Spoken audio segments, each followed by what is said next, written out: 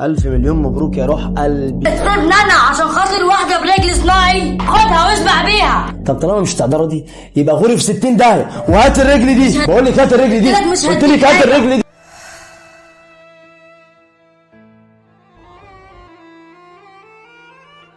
ليه كده؟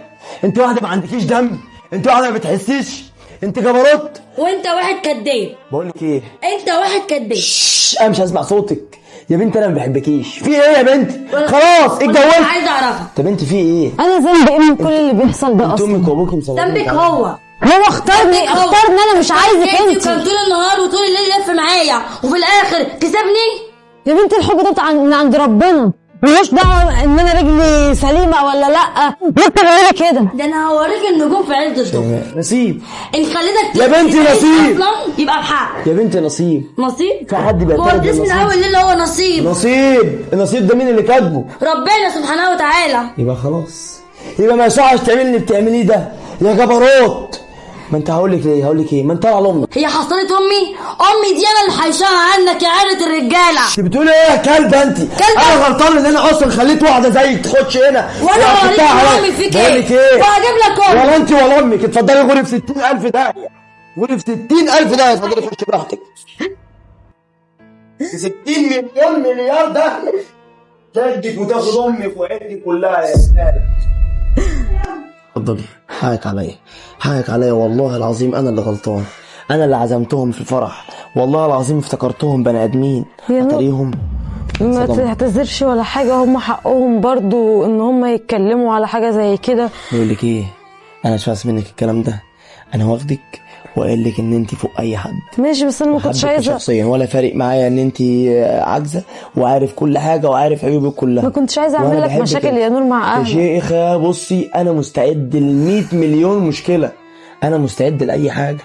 المهم ان انت تكوني مرتاحه، وبالله عليكي موقف زي ده ما يضايقك ولا ياثر فيكي.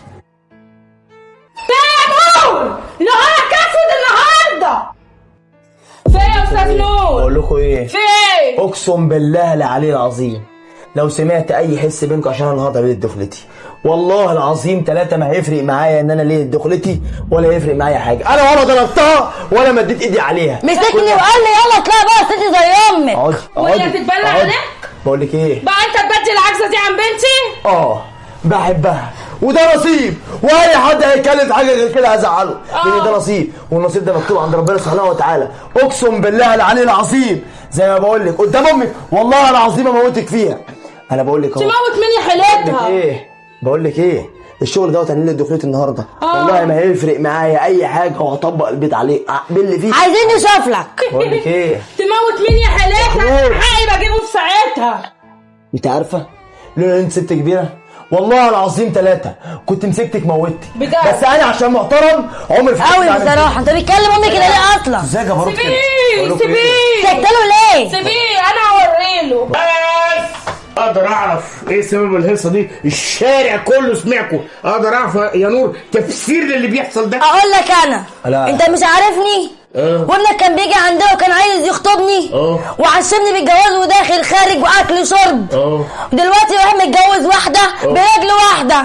تمام ماشي تمام. مالناش دعوه برجل واحده ولا برجلين. ممكن بس من غير زعيق، بس احنا بنتفاهم. مش قد الكلام يا عم علي، ما كانش داخل البيت خالص صح. ولا كان يتكلم. صح بقول لك ايه صح يا ابني، خلينا اسمعهم. انت عندك حاجه تانية يا حاجه شيماء؟ في حاجه تانية مزعلاكي وانا هحكم بقى؟ ايوه في ان ابنك داخل واكل شارب نايم قايم عندنا، وفي الاخر بنبص لقيناه انت هتتجوز يا نور؟ لا اصلي مش دلوقتي، اصلي معيش فلوس. وفجاه مره لقيناه راح متجوز اهوت وعمل فرح ولا كلمه.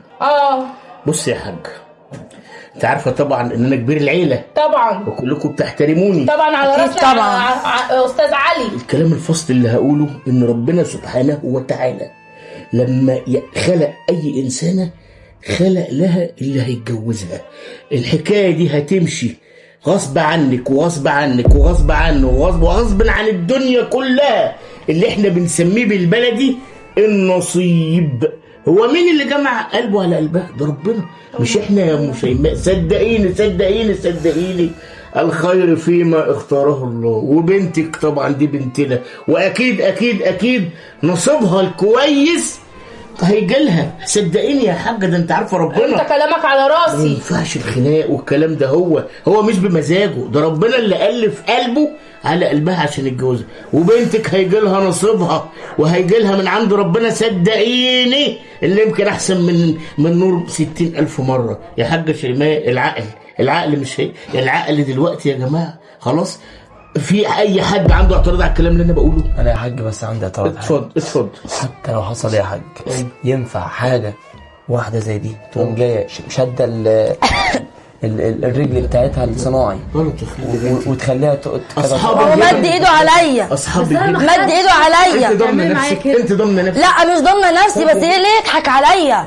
هو ليه يضحك عليا؟ انا عارف ان الجزئيه دي هو غلطان فيها. هو مد ايده عليك وانا مديت ايدي عليه. غلطان. انا عارف يا ابني. ذنبك ان هو ضحك عليا. لا انت غلطان، كان صارحني. انا عايز اقول على حاجه بقى. بني ادم المعوق او اصحاب الهمم دول جزء من المجتمع. مش معنى كده ان احنا نهمشهم ونبعدهم ونكونوا مش اعضاء نافعين للمجتمع. مين عارف ربنا عامل كده؟ لله في خلقه شؤون. حكمه ربنا يا جماعه ما حدش هيعرفها، صدقوني.